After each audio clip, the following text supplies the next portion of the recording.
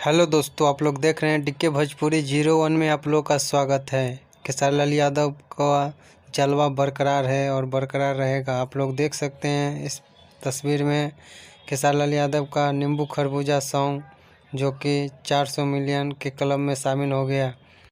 खेसारी लाल यादव का ये सॉन्ग 2024 में यूट्यूब के लिस्ट में 5वें नंबर पे खेसारी लाल यादव का नींबू खरबूजा सॉन्ग आया है। इस सॉन्ग के आगे पीछे कोई भी भोजपुरी का स्टार का सॉन्ग नहीं है।